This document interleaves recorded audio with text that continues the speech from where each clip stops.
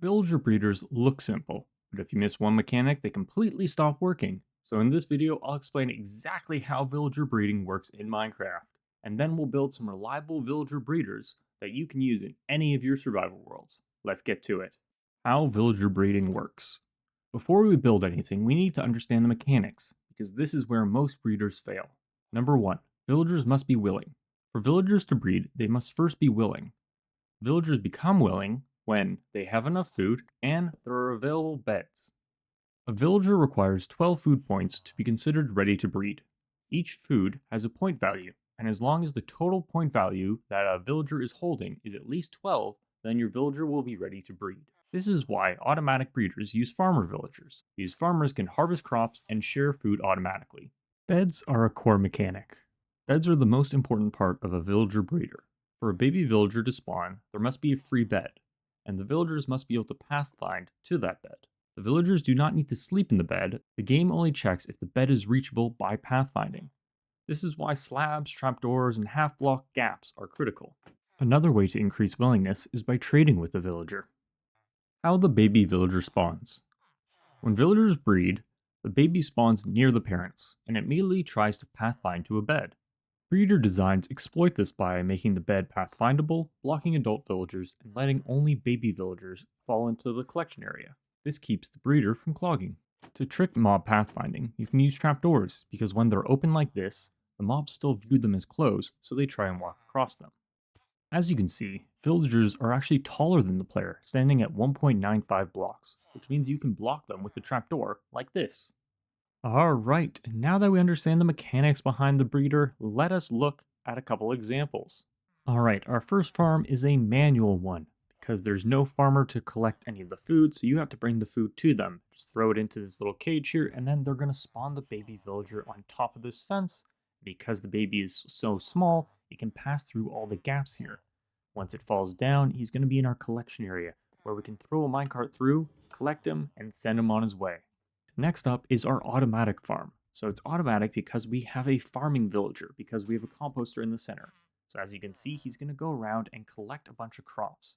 And once it's time, he's going to share it with the other villager, and they're going to have their 12 points of food. When they have that, they'll be willing to breed. Now, we have this light here just so it's light enough for all the crops to grow properly. This is especially important if you're building this inside or in a cave or underground anywhere that the light isn't going to reach the outskirts of this farm. Now, this lightning rod is to prevent these guys from turning into witches if they are struck by lightning. If you have a roof, obviously not needed, but if you're building out in the open like this is a good step to prevent this from killing your farm. Alright, now that the food needs have been taken care of, we can work on tricking them into getting into our collection area. So first up, we need 3 beds.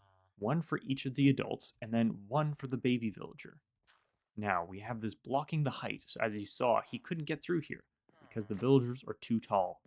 Now, like I mentioned earlier with the trapdoor, they think that this is a walkable path, so they'll try and get across, which means the adult villagers think they can get to the bed, even though they can't, which means they can still claim it, and the baby villager can walk through because it's shorter, and it's going to fall through this gap into our collection area. So let's wait a minute and see when one spawns.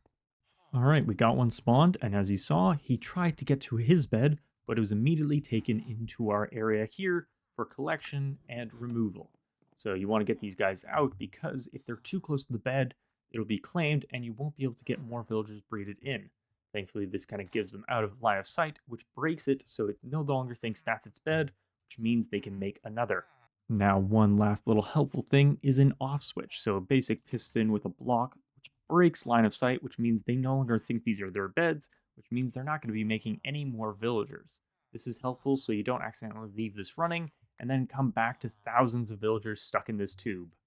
Alright, now onto the higher tier that I kind of designed myself. So it takes the very basic farm here, but I added in an extra farm. Now this one isn't for breeding purposes. This guy is just collecting the food and then sharing it to this guy.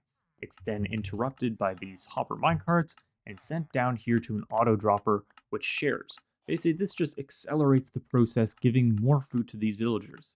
You can have this all the way around on all 4 sides, and you can stack this as many times high as you want, depending on how many villagers you want. As you can see here, it is giving lots of food to these guys. When they have enough, they're going to be able to breed. Now it's the exact same thing, except for in this one, we have a little water path. And in this area, it is a separator. So in here, you can see we have the baby villager who's stuck down here. Now you don't always want to carry a baby villager into like your trading hall. So this way separates the adults from the children. When this guy grows up, he's going to be tall enough and hit his head on this because of the trapdoors down here. It makes him 2 blocks tall, which means he gets stuck up here and then transported up here. I'll show you a quick demonstration. This guy's going to get stuck. He's going to get caught and brought up, tossed over to this side, and then he's going to be ready to send out. This is a good way because then you don't have to wait for your villager to grow up in your farm. You know only the adults are going to be brought into whatever you need them for. A good way to tell if your farm isn't working is if your villagers give off these particles. It means something's wrong and they need you to fix it. Alright, now, why might your farm not be working right? There are a couple reasons for this. Number 1, your villagers can't see their beds. The off switch utilizes this to turn your farm off, but if you have any blocks that are blocking their line of sight to the beds, your farm is not going to work. Number 2, pathfinding. By utilizing the trapdoor, we trick the pathfinding, but if you do forget this, then the villagers can no longer think they can get to the beds, which turns off the farm. Number 3, not enough food. If either of your villagers don't have those 12 points of food, your farm's not going to work. So a good way to test is by sharing a little bit of extra food to jumpstart your farm. Alright, the final common mistake that is made in villager breeders has to do with the beds. Now, if any of these beds are claimed by an outside villager, let's say from your trading hall or a baby villager that didn't disconnect from these beds, then those beds can't go to the new baby villager, which means they will refuse to make another one. To fix this, just break and replace all of your beds. This will allow these guys to relink towards them, and the old villagers will no longer be attached. Villager breeders are the foundation for things like trading halls and villager-based farms like iron farms that I showed off in my previous episode. If you want more mechanics-focused Minecraft guides, leave a comment and let me know which farm you want to see next. Thanks for watching. Until next time.